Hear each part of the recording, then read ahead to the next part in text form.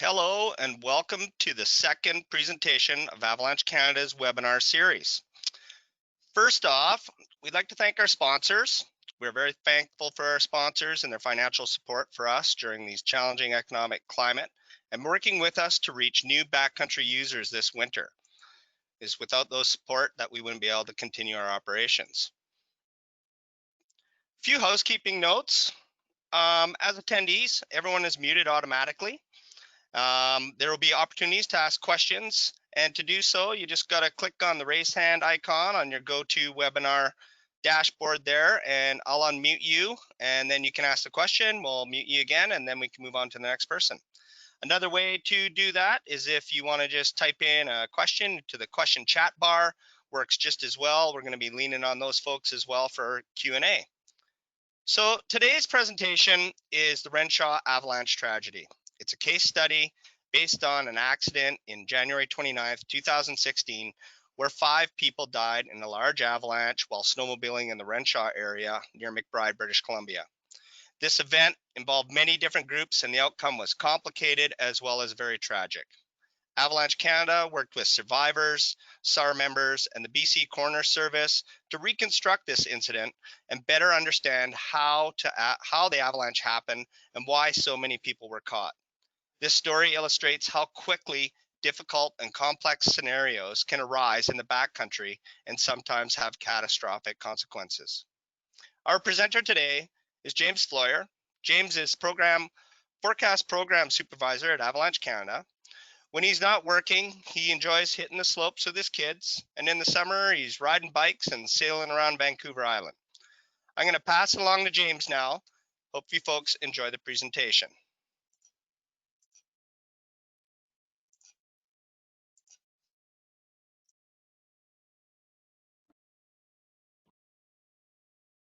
Hi, everybody, and thanks very much to Brent for that introduction. I would say that I seem to have more near misses when I'm sailing compared with any other activity that I do. So maybe that means I'm a bad sailor, or maybe that's just the nature of the environment that operates in. I'm going to start off this show, and I'm trying to share my screen here, so my apologies. Of course, I practiced this before, and Perfect. Getting it wrong there. Is that looking good, Brent? You betcha. Okay, thanks very much. So I'd like to start by acknowledging that these are challenging times, and Avalanche Canada's outreach events have been modified from previous years when we've been able to deliver in-person events. And this year we're doing a series of online webinars. And it's turning out that there's some pros and cons to that. I personally used to get a lot out of visiting communities all around Western Canada and understanding something about the users and their issues and talking to people in person, and I miss that. But at the same time, moving these events online has given opportunities to people who may not have otherwise been able to turn up. So thank you all very much for showing up tonight and listening to this presentation. I'm a little apprehensive to deliver this, especially in the online format, because out of all the presentations we have, this one is particularly emotive and it's sensitive as well. We're dealing with some difficult information, and I'm acutely aware that what we're talking about had a direct impact on people's lives, and this incident certainly touched many people in the communities of the North Rockies.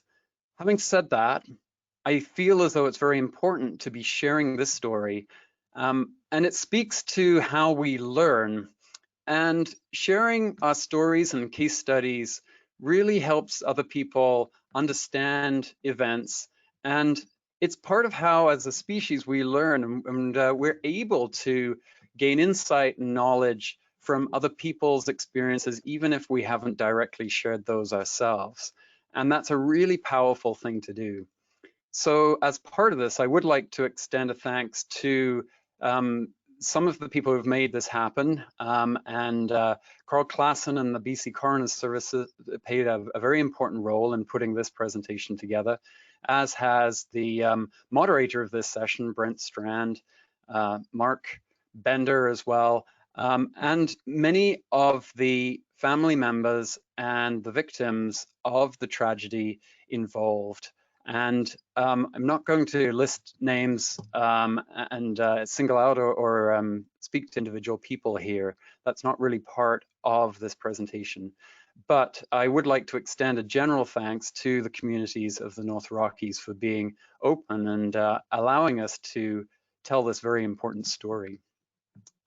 So the story that we're going to tell is the story of a tragedy that occurred at Renshaw on January 29th in 2016. And 5 people died in an avalanche during that incident. And I'd like to just say a few words about the nature of the general region that we're talking about. So we're talking about the North Rockies region. And this is an area that extends north from Valemount, encompasses Prince George up to Mackenzie in the northwest, over to Chetwynd and Dawson Creek on the northeast. And the Renshaw riding area is just north of Valemount. It's accessed through Highway 16 that runs through the valley. And I am curious, before we go too much further, I'd like to put a poll out to the audience. And I'm interested in how many people have ridden in the Renshaw area. So if you can just take a little bit of time just to reach forward and select the best answer. Maybe you're someone who's ridden there a lot, been there all the time. Maybe it's on your wish list, bucket list. And we're starting to get some results in here. We'll give it just a few more seconds. I've ridden the Renshaw a few times, and I think it's a fantastic riding area. It really has terrain for a wide range of riding capabilities and styles. So it appears as though we've got about a quarter of the audience who I would say, it sounds like have quite a lot of familiarity with that region, with that area. And 70% said no, and then a good number of people who want to head there, and I really would recommend it. It's absolutely fantastic. Stunning views, really good approach, lots of terrain that's very accessible, and then some more challenging terrain for times when the conditions match and things are good to go. So we'll move back to the presentation here.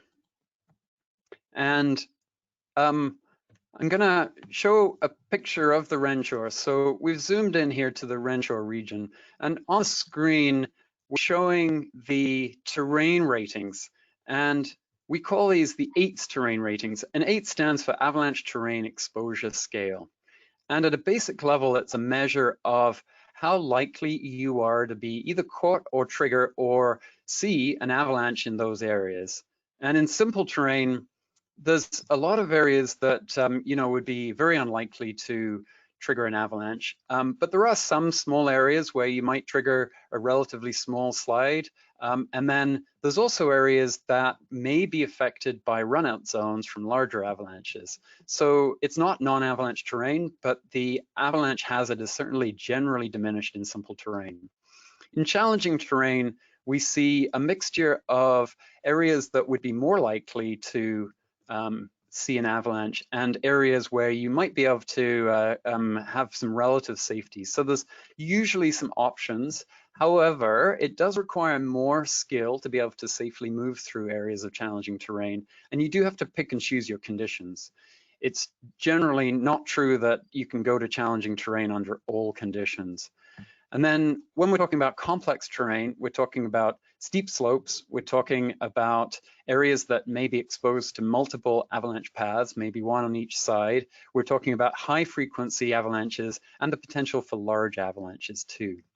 And complex terrain is tricky. You really have to pick and choose the time when you know that avalanche conditions are good and snow stability is good. Otherwise, it's fairly likely you're going to end up triggering an avalanche that may affect yourself or potentially other members of the group. So this is the Renshaw riding area here. And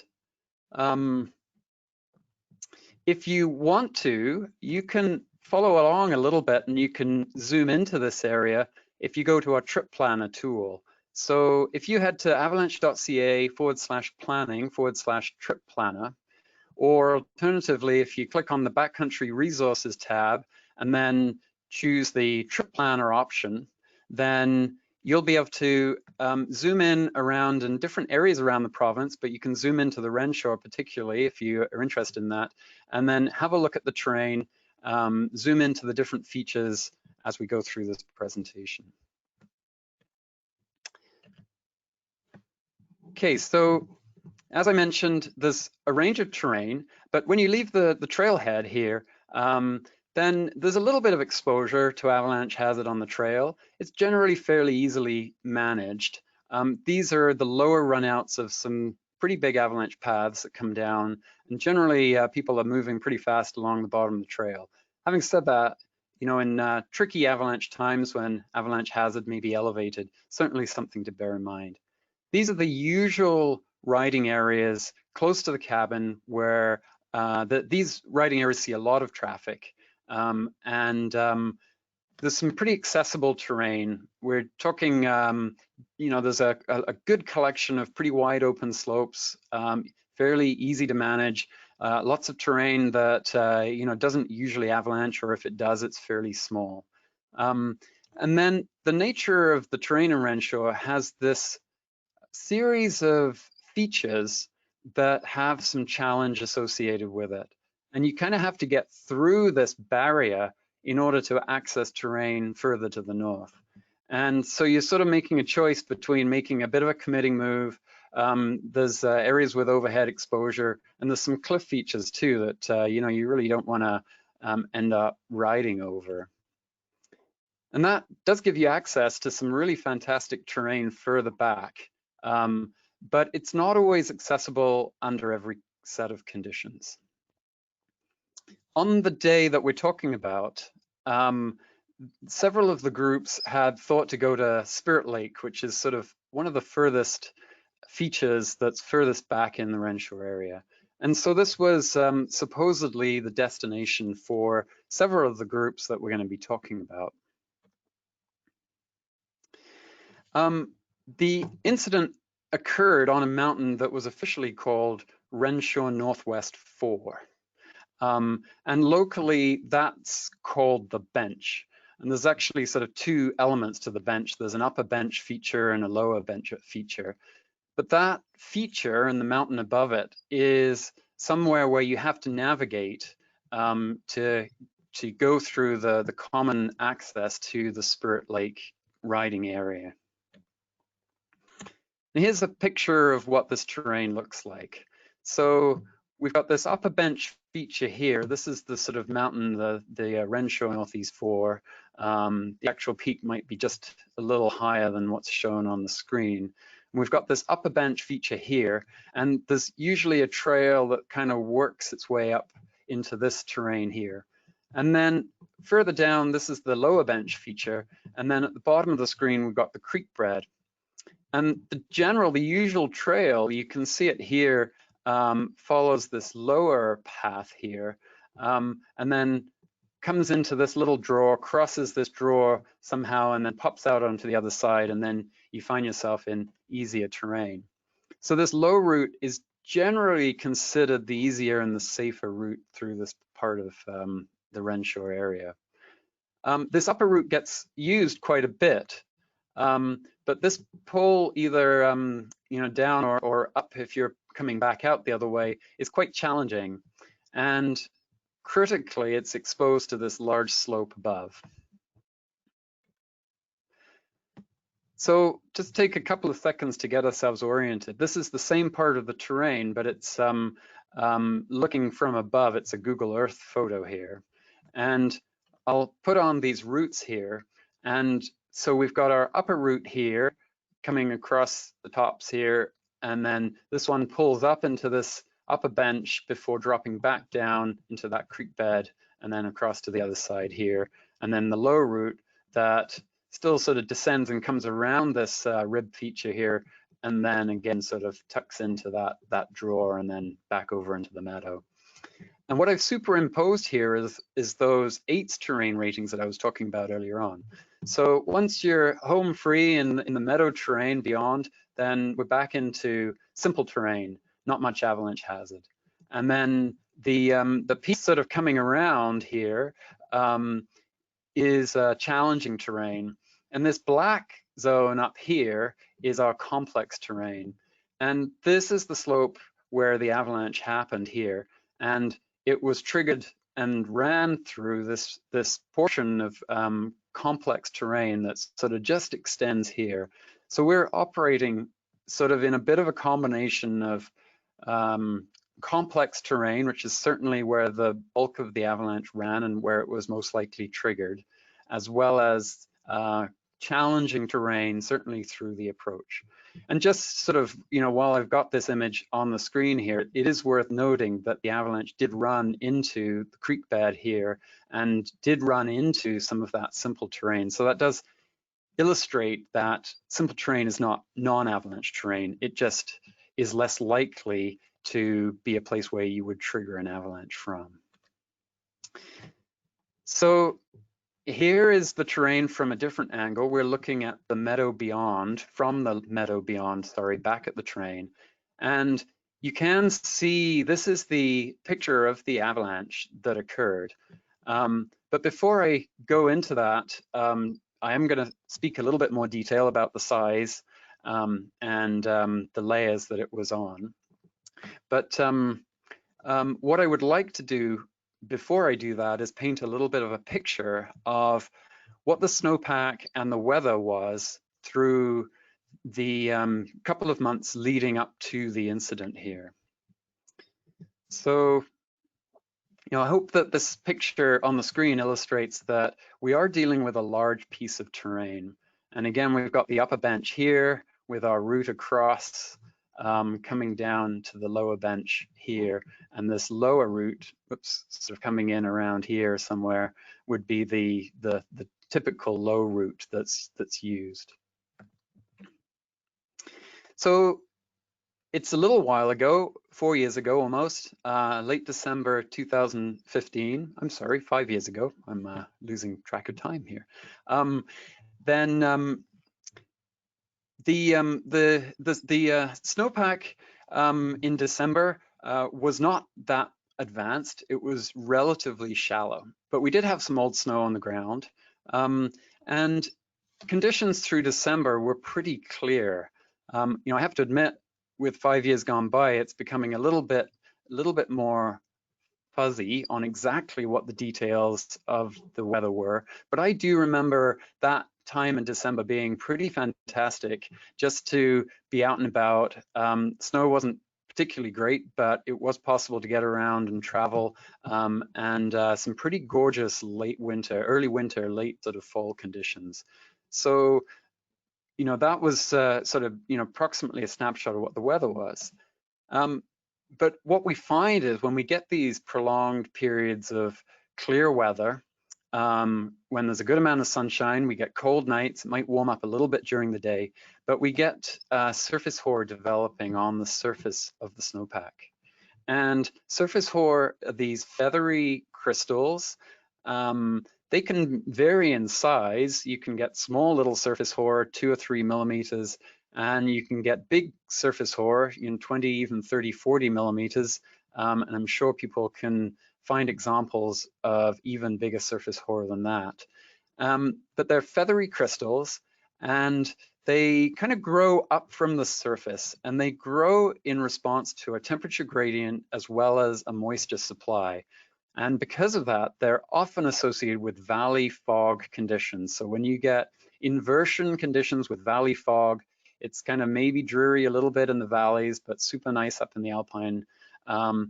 Those are the type of conditions when surface hoar goes into overdrive.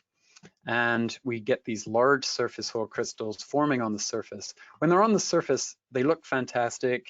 They ride really well. You get this little tinkling sound as you kind of move through them. Just fantastic conditions, but it's when they get buried that they create a problem. And what we found in early January 2016 was there was an incremental loading pattern. And what that means is that the surface ore became buried. And rather than getting buried all at once, it happened fairly gradually.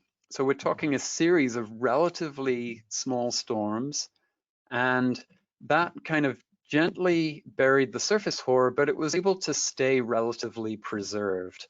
And so this weak layer stayed in the snowpack and gradually became more and more buried.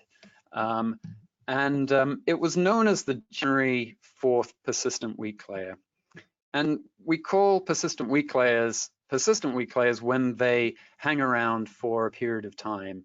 And usually if they persist for more than one storm cycle or around about a week thereabouts, then we'll label them as a PWL or persistent weak layer.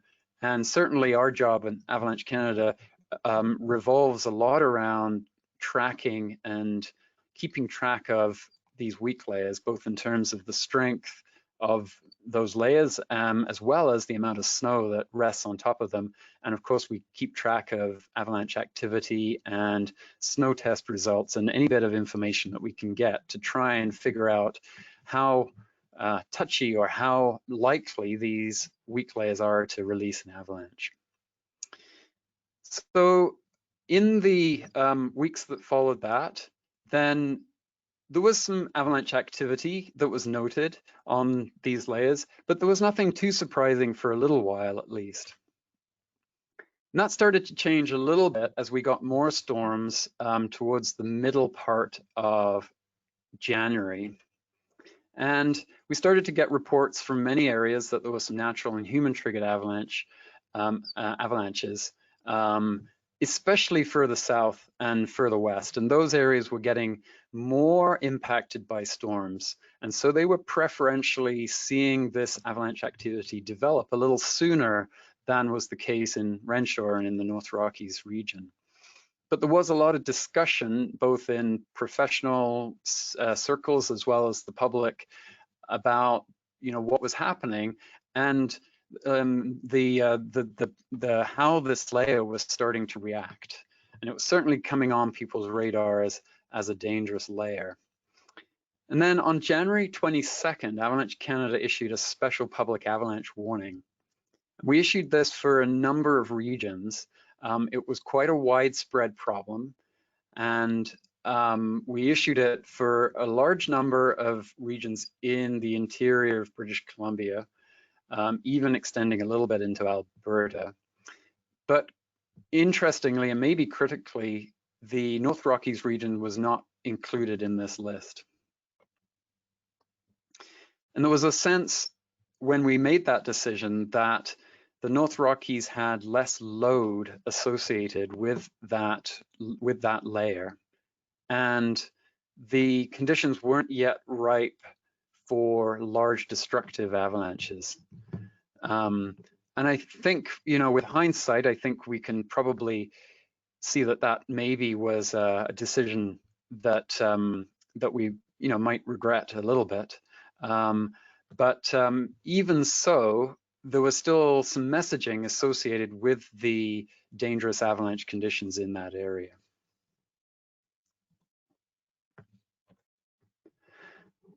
So this is the information that was put out on the 22nd of January. So this was actually the same date that we issued the special public avalanche warning. And at this point, I should note that things have changed a little bit since this incident, since 2015, 2016.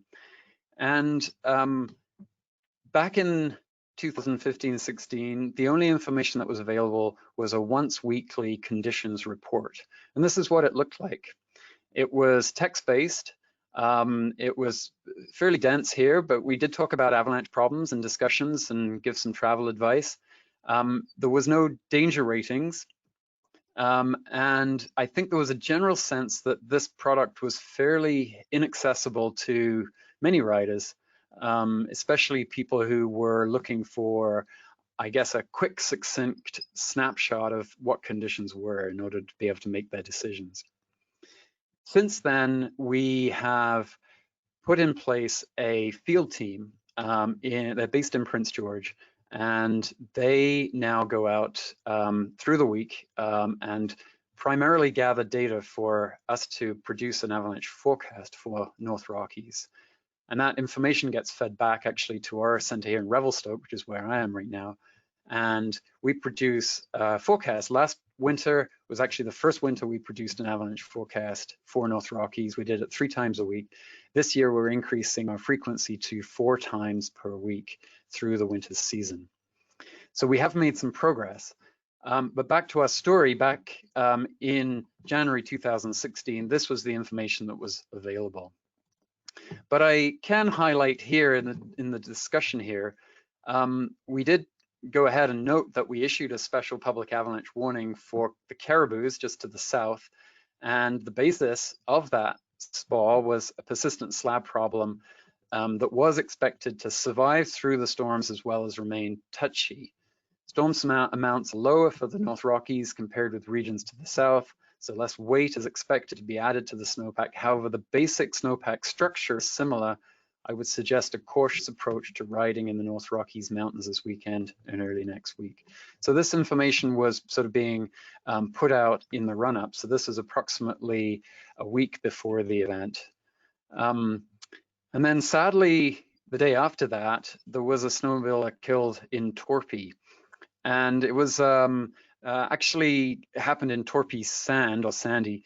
And there was a sense that the rider involved in their group was pushing into an area that had not been heavily ridden. The general Torpy riding area had been pretty heavily ridden and trekked up, and there was potentially a sense that by pushing into an area and maybe being used to the types of slopes that that group was riding in the main Torpy area, then maybe there was a little bit of misassessment of how serious conditions were in riding areas that had not been heavily tracked.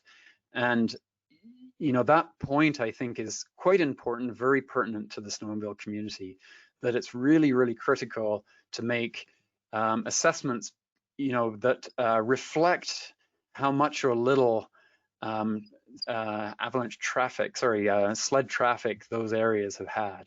And certainly if there's a sense that an area may not be fully tracked, or even if generally the area has been tracked, but there's a slope in particular, especially slightly more inaccessible or harder slopes to ride, you have to be really cautious and back off and maybe make a more cautious assessment of what those conditions might be on those specific slopes or in those areas that have not seen a lot of traffic, because those are the areas that really have the propensity for these persistent weak layers to get laid down and cover a decent amount of area sufficient to create a large enough avalanche to bury or injure somebody.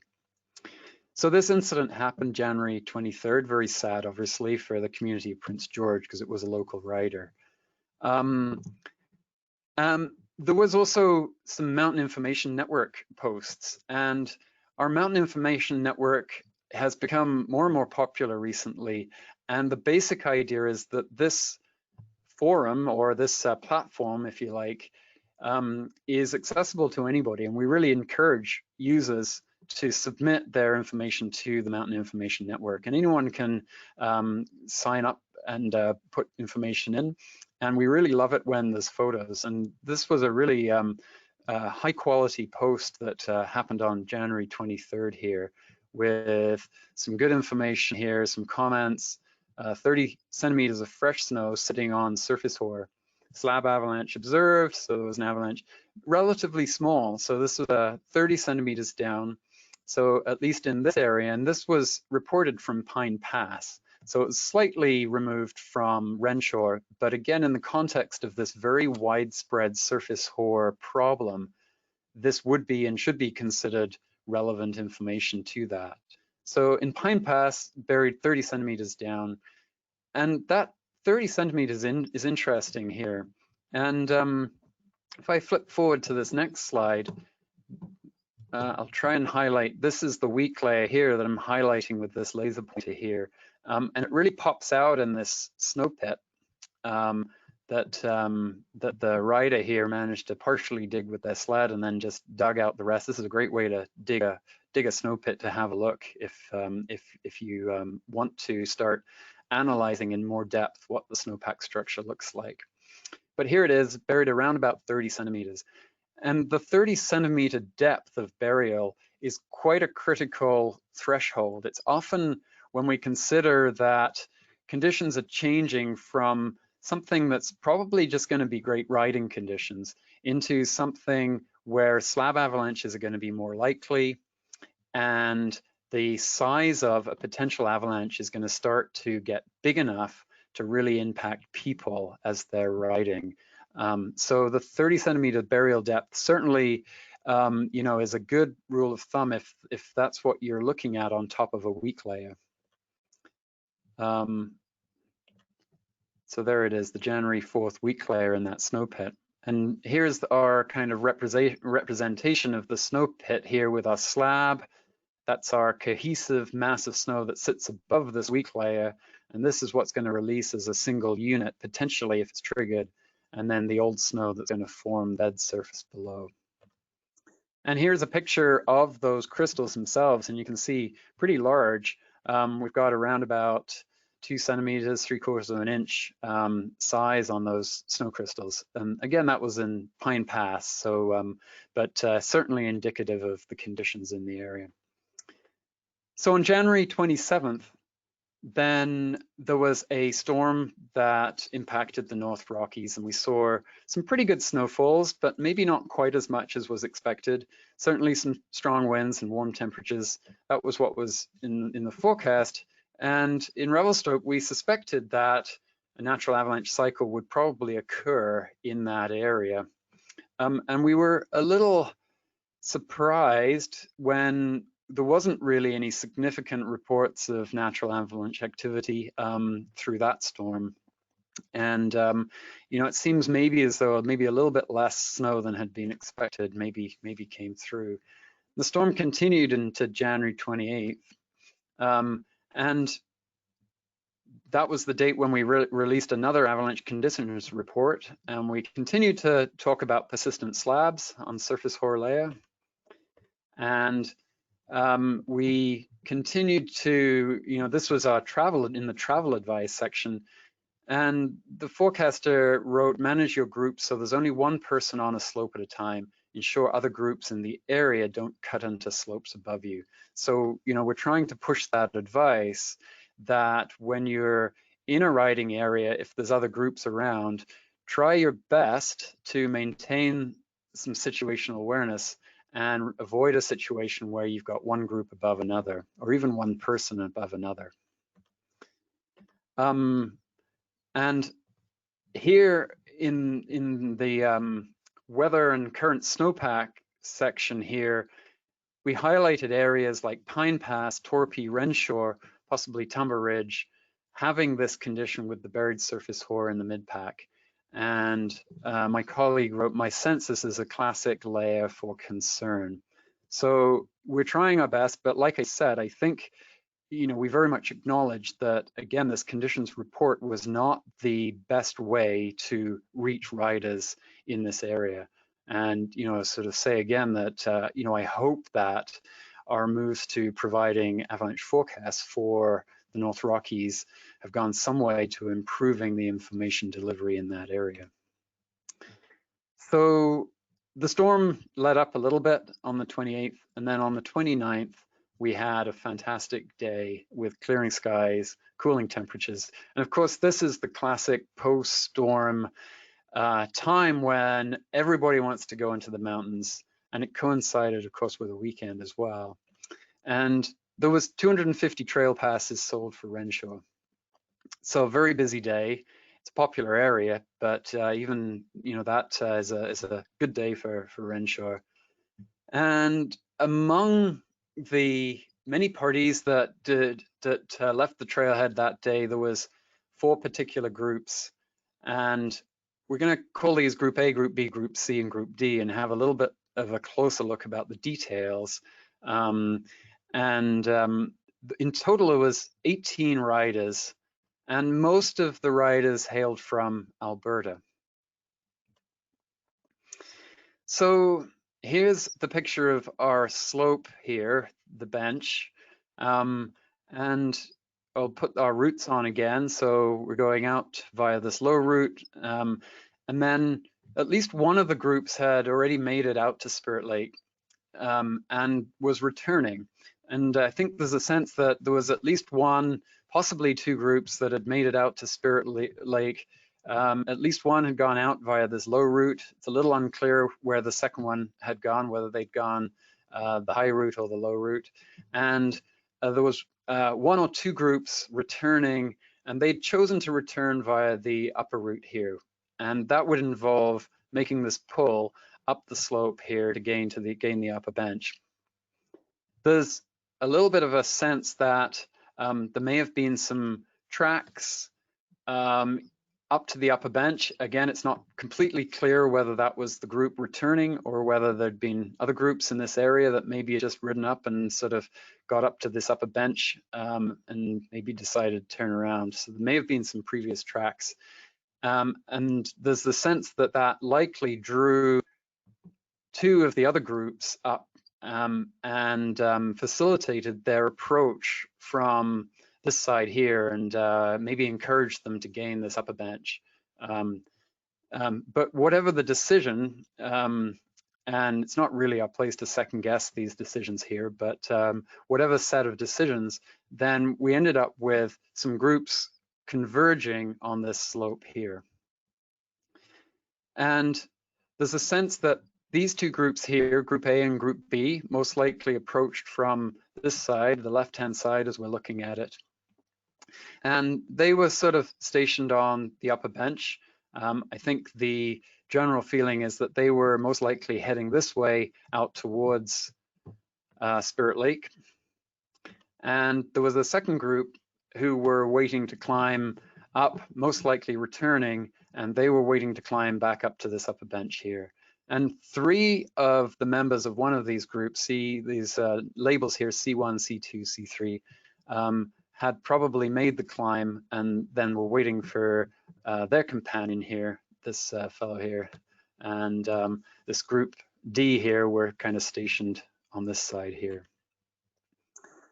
So just prior to the incident here, one of the group members of the C group was making the climb, attempting to make the climb, and there's a sense that that person was having difficulty climbing up from the lower bench to the upper bench. It's a pretty tricky move, and snow conditions were deep, and so this would have been maybe a challenge for many riders here.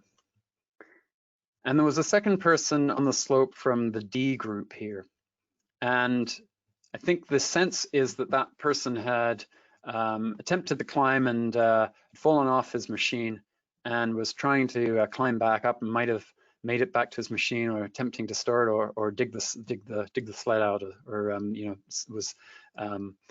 was working with his machine on the slope in some capacity.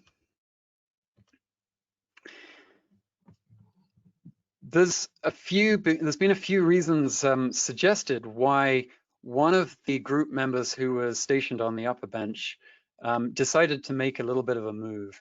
And the truth is, I don't think we'll ever properly know the rationale and the reasoning behind. And in some ways, it's sort of secondary to the main purpose of this story. But for some reason, one of the members of the C group here made a move up into the upper bench, and it's possible that that person was heading towards the companion that was stuck on the slope. It's possible that that person might have been wanting to escape the relatively crowded area that's above here.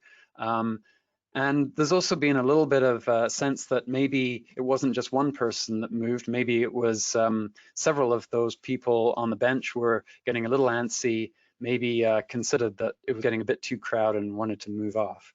But for some set of reasons, one or maybe more people ended up making a cut or making a track above the group on the upper bench. And what that did is it triggered a relatively small avalanche on the slope above the upper bench. And the initial avalanche was fairly small, considered to be a size 1, but that avalanche then sympathetically released a very large avalanche on the main slope. And this is the avalanche that created the tragedy that unfolded subsequent to that. The elevation of the upper part of that avalanche was 2150 meters, and the aspect of this is northeast aspect. The aspect is a classic aspect for keeping surface hoar well preserved. Generally, we find that these north and northeasterly aspects do promote surface hoar growth. It was given a size 3, and it was approximately 600 meters long and 550 meters wide. And the depth was 65 centimeters, and the weak layer that it ran on was the January 4th weak layer.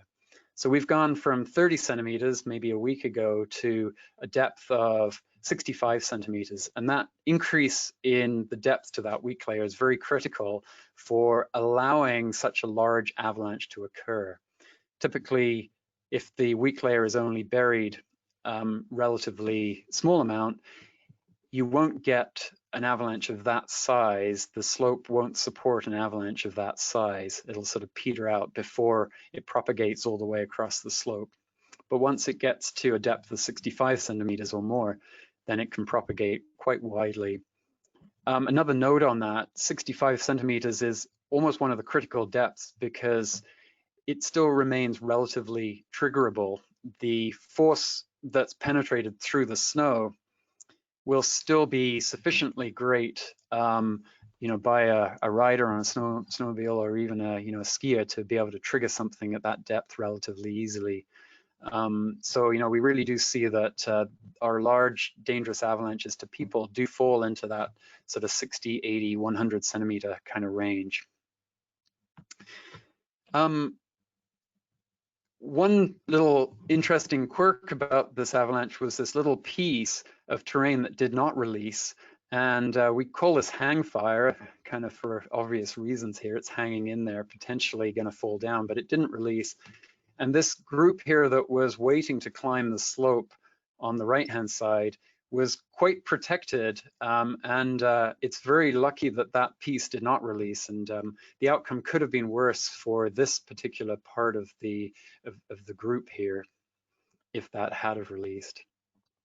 So size 3 is sufficiently large to bury and destroy a car or a truck, damage a truck, and this is a photo by Bruce Jameson of a pickup truck that was involved with a size 3. Obviously that's from a different avalanche here.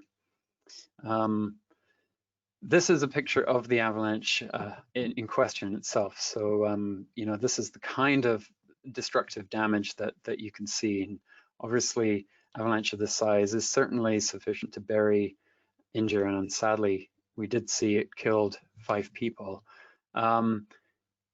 We say up to 18 people were involved in this incident. It's not really clear from the witness statements and the information that we have whether every single person was actually touched by the snow that was flowing, but we think almost all of the people either were buried or were dusted by the cloud associated with this avalanche, or maybe at the very least had to fire up their sled very rapidly and escape quite quickly. And as I said before, there was 5 fatalities involved. So let's look a little bit more at the detail of where those people were. The person in that group, the C1, this is the person that is most likely to have been on the slope above and probably triggered the avalanche. Ran quite far down and really was carried almost the full length of this avalanche and very sadly passed away and was not recovered. That person was found to have a deployed airbag, and despite that, they were found to be dead. This group, let's consider these people here. So those 3 from the A group that were carried down, and they were believed to have partial burials, but not critical, and these 3 people survived.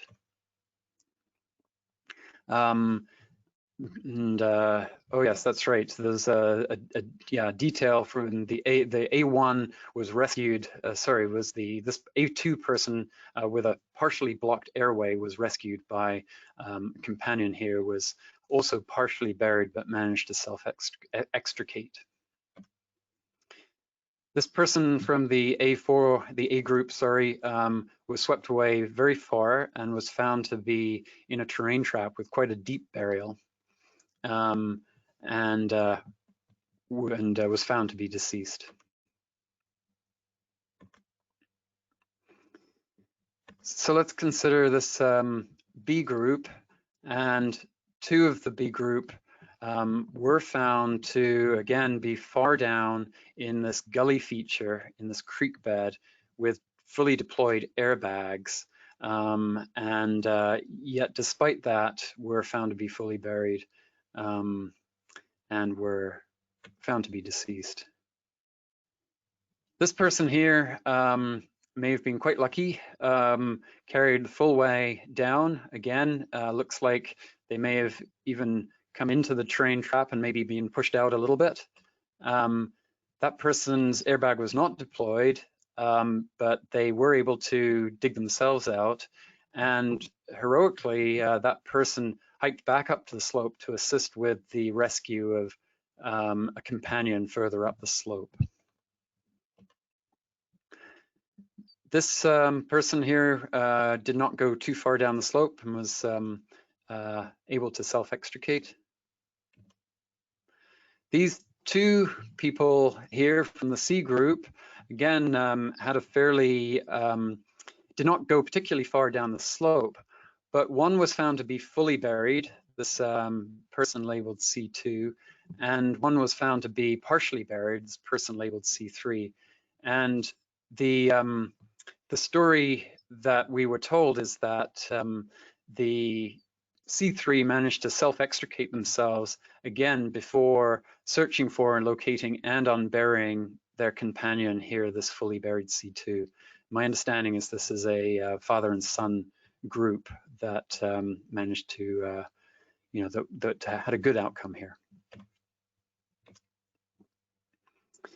So this person here was one of the people on the slope attempting the climb, and this person sadly was off his machine and unable to ride out and fully caught in the middle of the avalanche, and was buried and died. And this person here, slightly lower down on the slope, was similarly caught in the middle of the avalanche, but managed to survive.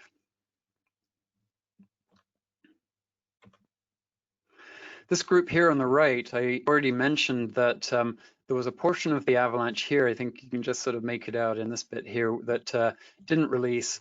It's a little bit less known exactly how this group fared, but the sense generally was that this group was maybe dusted or lightly impacted by the avalanche, and there was no full burials and no critical burials. So if anybody was impacted, it was relatively in a relatively minor fashion. And all of these people did survive the avalanche. So this is an image that has appeared in the Avalanche Skills Training Handbook. So that's the handbook that you would get if you do an Avalanche Skills Training course, one of the Avalanche Canada program courses. Again, this is the information that we've been able to put together with the best of our knowledge from the combination of interviews and reports that the coroner has put together. And we acknowledge that there may be some differences of opinion about exactly who and where and what happened. And, I think we have to live with that and accept that. But this is what we've been able to establish as the most likely scenario here. And I just should point out that these red dots here, this is not hitting a set of trees, it's actually behind the trees. And the commonality between those red dots is that all three of those people were found to be quite deeply buried within a terrain trap. So the rescue story is generally a very bright point about this avalanche tragedy. And I think with no exception, I think everybody who was able to mobilize themselves and did exactly what they, the best that they could possibly have done under the circumstances. And everyone was carrying good equipment, and the available people mobilized quite quickly. And as I've said before, some of those people had to dig themselves out before they were then able to move up slope and help their companions. We had one full burial that was a successful live recovery, and many partial burials that were assisted by other members of the group. All of the victims who passed away were located by the group members on site. And my understanding is that 4 out of 5 of those were extricated before the search and rescue team arrived. And then when the search and rescue team arrived, they helped out with some of those last extractions. There was a member of the Robson Valley SAR team who was just on a personal trip in the area, and that person came and was able to help out and maybe performed the role of keeping track, trying to establish how many people were involved and whether everybody had been accounted for. And that certainly helped out a lot. The actual SAR response was initiated by Spot, which we know more and more is quite a successful Spot, and InReach and other similar mechanisms are now quite tried and tested ways. Having said that, you still have to expect a delay because the message has to get to the SAR teams. The SAR teams have to mobilize their volunteers and their personnel, and then the helicopter has to be scrambled. And in this case, the notification happened at 1:55, and the SAR personnel were on scene 45 minutes later. And that's considered a very rapid response in the remote areas of northern British Columbia. Like I said, SAR didn't actually need to locate any of the victims, but they certainly played a critical role ferrying out the injured and obviously with the recovery of the bodies. It's very important for families. There was a assessment done of the snowpack after this event, and this was a report commissioned by the BC Coroners Service. And the weak layer in question here was found to be just a little bit less than 60 centimeters.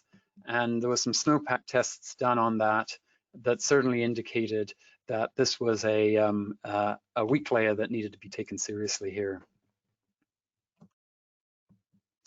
And in the aftermath of that incident, there was quite a significant avalanche cycle that occurred. What it appeared as though is the incident that happened on the 29th of January was a little bit of a precursor for a natural avalanche cycle. And subsequent warming and wind effect certainly, was put the snowpack into a very touchy state that was ripe for human triggering, as well as subsequent avalanche activity that happened in the storms that followed that. And there was a sense that this was a precursor to the natural cycle rather than human triggering after the cycle had occurred, which was more of the case in areas further to the south. So, sort of summarizing some of the points here, we've seen a few areas where there was, not individually, but communally, a little bit of a letdown in the guard of how I think even some of the groups involved would like to think that they would usually travel through the mountains. And one of those is this idea that when you get multiple groups together, the slope in question doesn't know that the people are from different groups. It really is up to the groups to keep certain amount of situational awareness that when other people, other riders that aren't from their group enter the area, you have to consider now that your group size has increased. And you may want to take some actions to try and reduce that, or at least reduce your exposure. Because, one of the really important things as we move through the mountains is this idea of having more than one person on the slope at one time. We accept that some slopes are riskier than others, and we accept that there's imperfections in our ability to assess the individual avalanche propensity of each slope. And part of the way we mitigate that risk is by going one at a time at a slope. And that stacks the odds in our favor. So if we've got a group of 5 and there's one person on the slope trying to climb the slope, even if they get stuck halfway up the slope, let's try and give that person a little bit of time to figure things out, and not try and intervene, not try and go help that person, at least initially. Obviously, there's going to be a point at which, you got to try and get that person out. But even having some techniques and strategies in place for how to manage that are really important. Another piece, again, is the basic assessment of the stability. And like I said, it's a tricky situation to second guess, in part because of the lack of daily information that was available at that time. Having said that, it really does underscore how important it is to make a good assessment of conditions and then decide what kind of terrain you really want to expose yourself to that. And if there's options, maybe when conditions aren't that great, have a tendency to select the less tricky terrain, so the terrain that's going to be less likely to avalanche. So I am curious though, and we're sort of moving on to some general discussion topics. So I'm moving away from the specifics of the incidents here. And if you see images here, then, if there's people involved, then these people were not involved in the incident that we're talking about. But, I'd like to open up a discussion, and I wonder if there's either people who want to ask a question, in which case feel free and get ready to maybe unmute your mic if you're asked to by the moderator here, or feel free to drop a question into the chat box. And I'm curious about what people think are the most important things for pre-trip preparation. And this one here, do you check your gear and your sled before you go out? And as well, do you check avalanche.ca for the forecast or the information that's most pertinent to your area? As we do that, maybe we can put a quick poll on the screen. And I'm curious, does everybody in your group always carry avalanche gear? So maybe, as we kind of interact with that, maybe just think about, again, other things for pre-trip preparation. And we'll just give it a few more seconds for people here to cast their vote. It's looking like a lot of people are interacting. This is fantastic. I can see the preliminary results on my screen here, and I can say that it's quite good. I encourage you to be honest. It's an anonymous poll here. Nobody's going to see, except maybe your girlfriend or boyfriend who's watching over your shoulder. But, here we go. And well, almost 9 out of 10 people say that they check their gear all the time, which is great. Sorry, they always carry the right safety gear fantastically. 7% usually, and sometimes no, either no gear or no training. Okay, so thanks for being honest there, and hopefully that's because maybe you're interested in the webinar here for periphery avalanche reasons, and maybe you're not yet in the backcountry, but when you do, then you'll sign up for an avalanche course and learn how to use that information and use the gear to the best of your ability. So do we have any questions, Nancy, in the chat box, or Brent from the floor? Yeah, hi James. There have been some questions coming in about how snowmobile tracks may affect stability in an area, or are tracked areas safer? Yes, that's a really great question, and that's a real active area of analysis right now. I think the general sense is that zones that are heavily tracked for the majority of the season, and it has to start early season, can be generally considered safer than areas that have not had any tracks. But there are some pitfalls, and if you see a few tracks and there's areas on the slope that have not been tracked out, then that likely exposes some holes to that. And then the other pitfall is if you're dealing with a deeply buried weak layer, especially if that weak layer is well developed, even if you've got a tracked out mid-pack, you won't guarantee that the weakness at the base or near the bottom of the snowpack or deep within the snowpack will have been fully stabilized. So it is really critical to properly assess, and I would say it's an advanced skill to properly be able to assess that. But yeah, there is a sense that in general, track slopes are safer than untracked slopes. Yeah, James, it's Brent here. I got a couple questions from the floor. The first one is from Christopher Mahoney. Christopher, if you want to go ahead, you can unmute yourself there. Yeah, I'm really curious to understand, like, I've had the fortune to look at a variety of different avalanche reports across a variety of different regions, and I live and ski in Utah. And in Utah, the report's very easy to read. It's very, very clear. But when I go up to like Wyoming, or even when I was in Revelstoke, the report is a little bit more obtuse. What's the conversation forecasters have around how much information to impart versus how much you expect the rider to bring when they read the report? And the example I give is the report you showed where you talked about the instability layer. The last sentence talked about how you guys were looking towards it trending to stability. And that's actually the thing I probably would have pulled out as something to incorporate in my decision making that day, not so much the weak layer. And it's not a critique of the call you made that day, but I'm just curious about that dialogue and what you expect riders to bring when they read the report.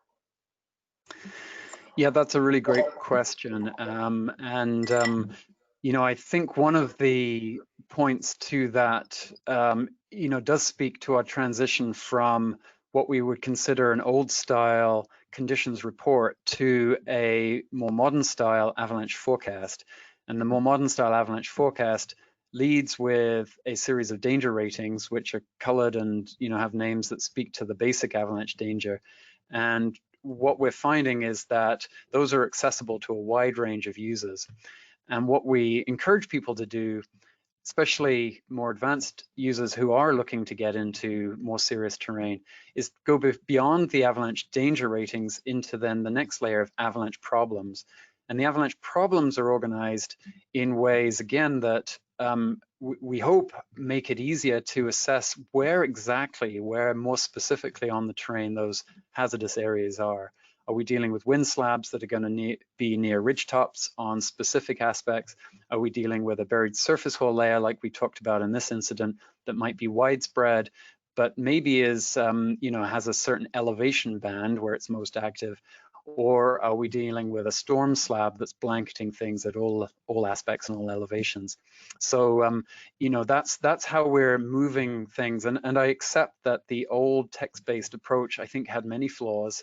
And one of those is when the forecasters writing this may be thinking about competing factors in their mind, and maybe have a hard time disseminating that information, because even if it's true that weak layer is trending towards more stability, it doesn't necessarily mean that there's nowhere on the slope or in the mountains that you can't trigger an avalanche.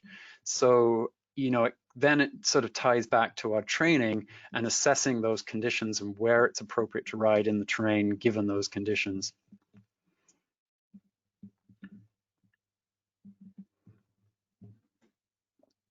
I hope that was a reasonable answer. Brent, do we have questions? I'm conscious that I'm going a little bit Thank late, you. so I'm happy to keep talking and happy to answer a few more questions here. Yeah, we have another question from the floor there, James, from Gord Lister. Go ahead, Gord.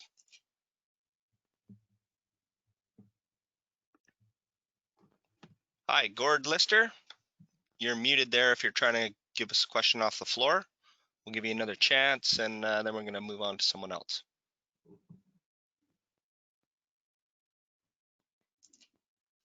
Yeah, it looks like I have no more questions from the floor there, James, but it looks like we got a few rising up in the chat box. So I'll hand it over to Nancy. Yeah, hi James. There have been a couple questions about airbags, if they contribute to deeper burials in a terrain trap or the efficacy of airbags. Yes, that's a really great question. And I have to admit, this incident is not a great advertisement for airbags.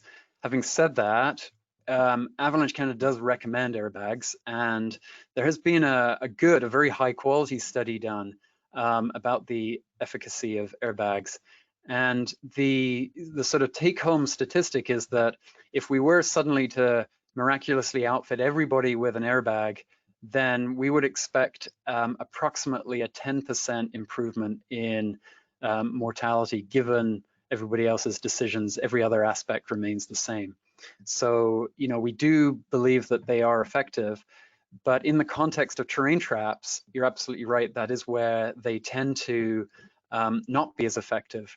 And, you know, they work by keeping you afloat, essentially in the turbulence of the avalanche.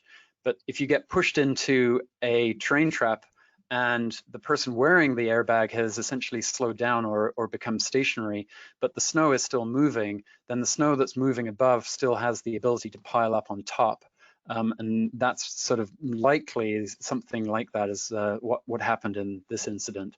And so, you know, when you assess the consequence of the terrain, it's very important to take into account the possibility of being carried either, you know, into a deep gully and into a depression, or, you know, being pushed into a tree or maybe off a cliff or something like that.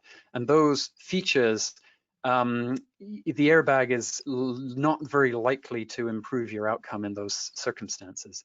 But generally, you know, we do believe airbags are effective, and they are something that we recommend, but we don't recommend them exclusively, and we certainly don't recommend you choose an airbag in front of the Avalanche Essentials, which is a probe, a shovel, and a transceiver.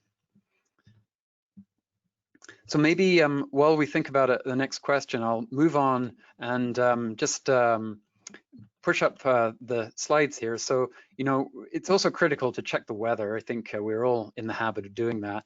And having a plan B to your trip plan is really important, so that if conditions do turn out to be worse than you anticipate, then you have an easily accessible second plan of what you might do in that situation. This sense as well, being prepared to turn around and go home again. You know, if you're moving up into conditions like this and you see little pockets moving out here, you know, best not to just ignore those and the slopes up here. You know, your best bet really is to turn tail and, you know, think that you might go ride that terrain on another day when conditions are better.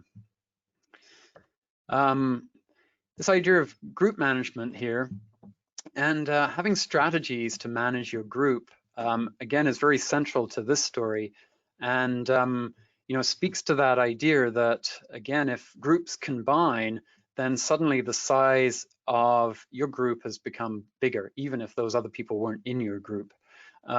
And sledding is such a great social activity. There's cabins that you know, promote people to congregate in certain areas, and for the most part, that's a really good thing. But you know, what happens if you do meet a slightly rabulous group? And my apologies if any of these individuals are in the audience, but you know, it's pretty common to meet other groups in the mountains. And so having some strategies either to back away from the slope, or more people are carrying radios now, so that can allow you to assess, you know, maybe there's another group coming up towards you, or else you can kind of quickly round up your group and maybe suggest that it's time to move on to the next riding zone. I'd like to have a quick discussion about safe spots, and then maybe I'll open one more set of questions from the floor here. But this, again, is a central part of this theme. And when we're assessing our group up locations, we do need to be cognizant of whether it's safe or not, and whether you're still in avalanche terrain. And it does, you know, it was apparent in the Renshaw incident that likely, you know, the groups waiting at the top of the bench and maybe who had already made the pull were still exposed to a significant part of hazard above them on the slope. So, you know, what is a safe spot? Safe spot is somewhere where you can, you know, watch others riding up a more tricky part in safety, where you're not exposed to avalanche or the exposure is minimal. And this is a great example of a safe spot.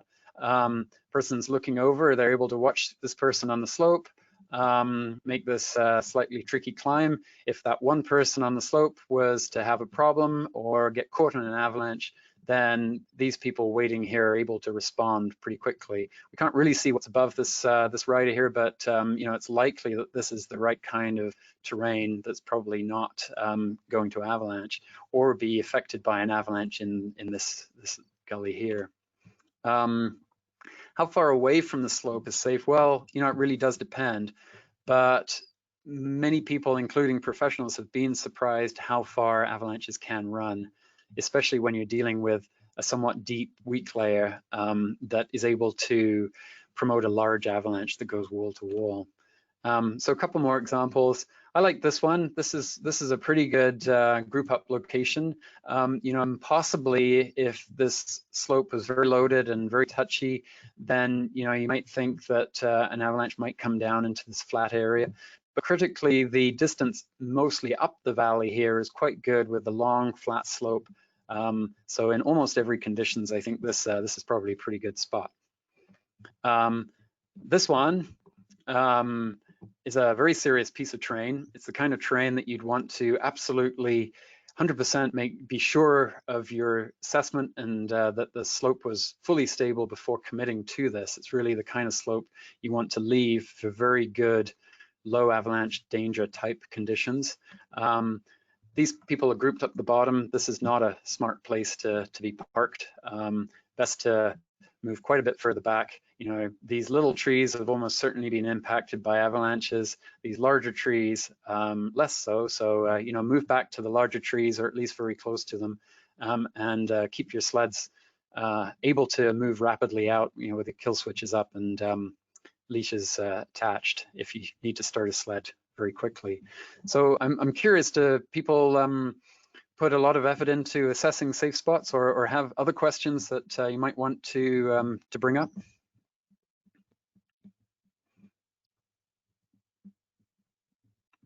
Yeah, I got no audio questions from the floor there, James, but it looks like the chat box is blowing up a bit. Nancy's probably got a couple to go off of.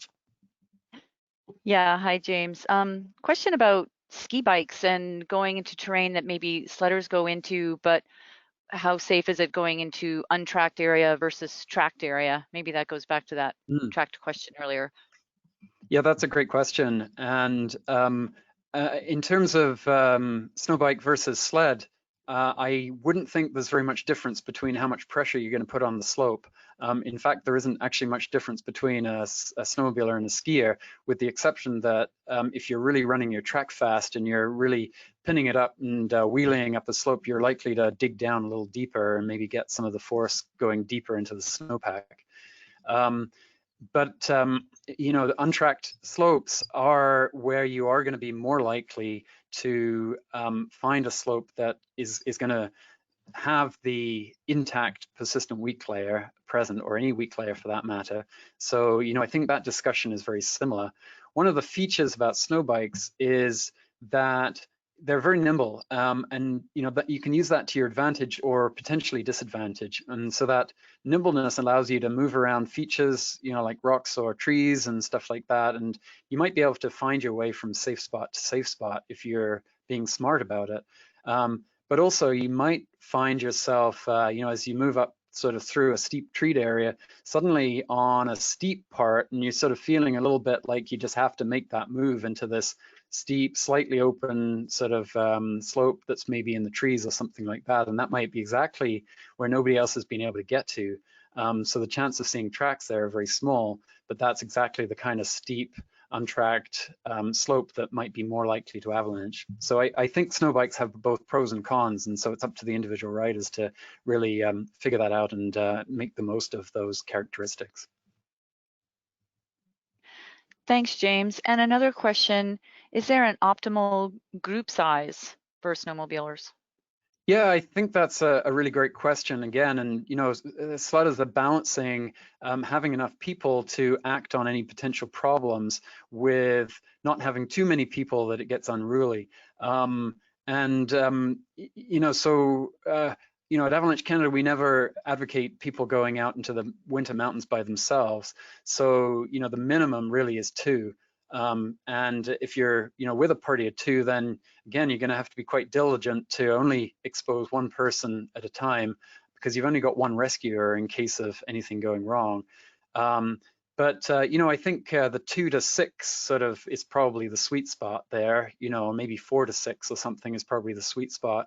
More than 6, you start to sort of get, personalities and groups sort of start to splinter off a little bit, and people get a little bit antsy and maybe impatient and don't want to wait all the time for their slightly slower buddies. And that's the kind of times where you might get people making slightly less sensible decisions. So, yeah.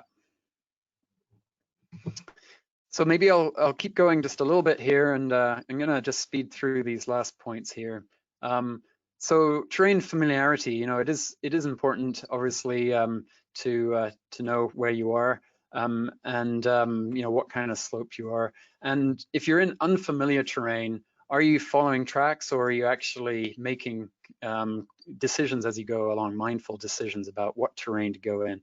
And we recognize that following tracks is a big part of sledding, and following a track that somebody else has put in is much easier than making your own in many cases, especially if you are a little bit unfamiliar with the area. But you can't let your guard down as well. So it's really important to make your own assessment, your own decisions as you go along.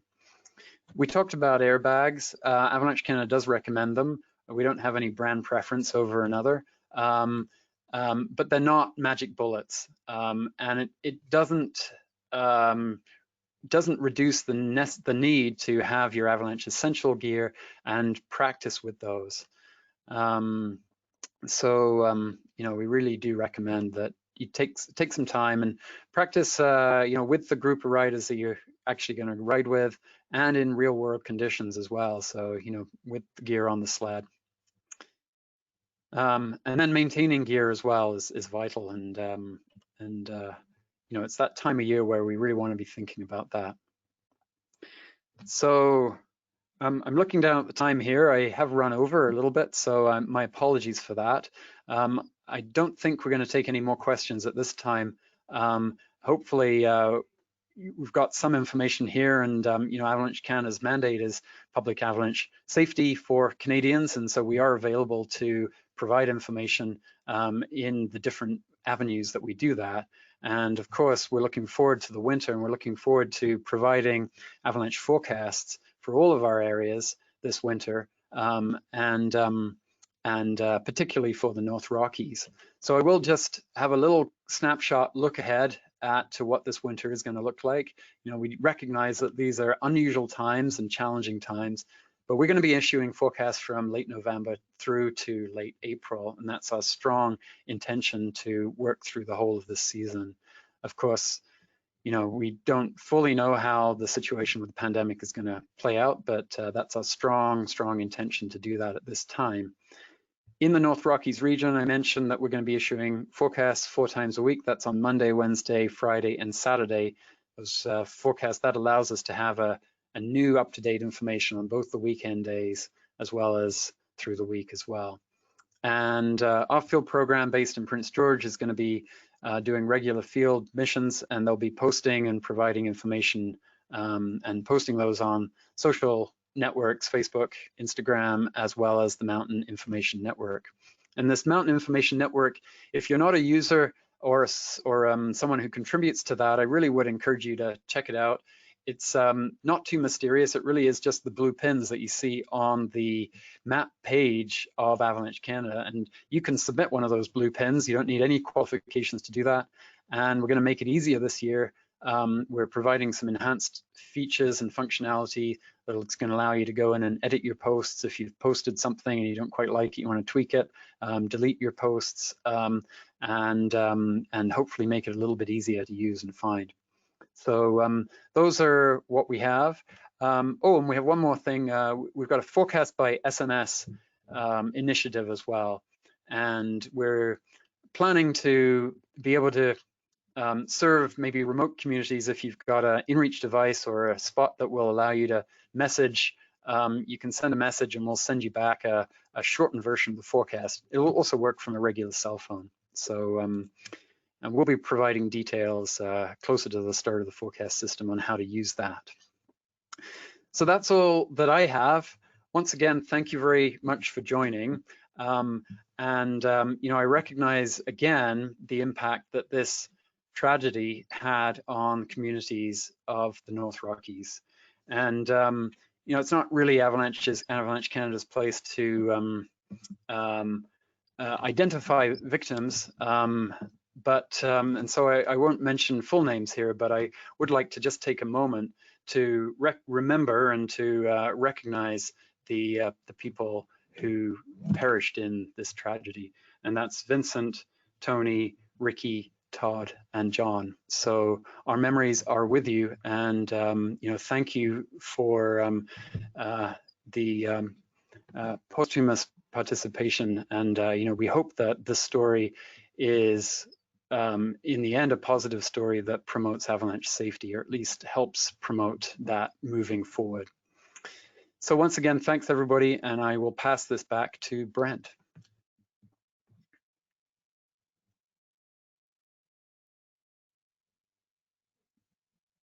Thanks, James. Thanks everyone for showing up tonight. It's been a fantastic turnout. We had close to 400 people out tonight. We do appreciate your interest in avalanche safety, folks. You can support essential programs like these by donating as little as $10 to Avalanche Canada. We're going to pop a link into the question chat box there that you can click on to donate. So feel free to go for that. Our next webinar is in another week, next Wednesday, November 4th. It's going to be based on some ice climbing stuff, assessing, recording, and sharing avalanche activity for ice climbers. This is a new user group that's up and coming in our avalanche world for us, so we're going to have a couple folks talking there. Another one for the snowmobilers coming up is December 10th, and that's going to be talking about choosing terrain for snowmobilers. And just so you folks know, all these webinars you have to pre-register for, so please do that. I hope you really enjoyed tonight's show. Please tell your friends, and all these recordings will also be available online, avalanche.ca, under the Learn tab, under recorded webinars. So they should be available about 24, 48 hours after our event tonight. Thank you all for coming out, and I hope you have a great evening.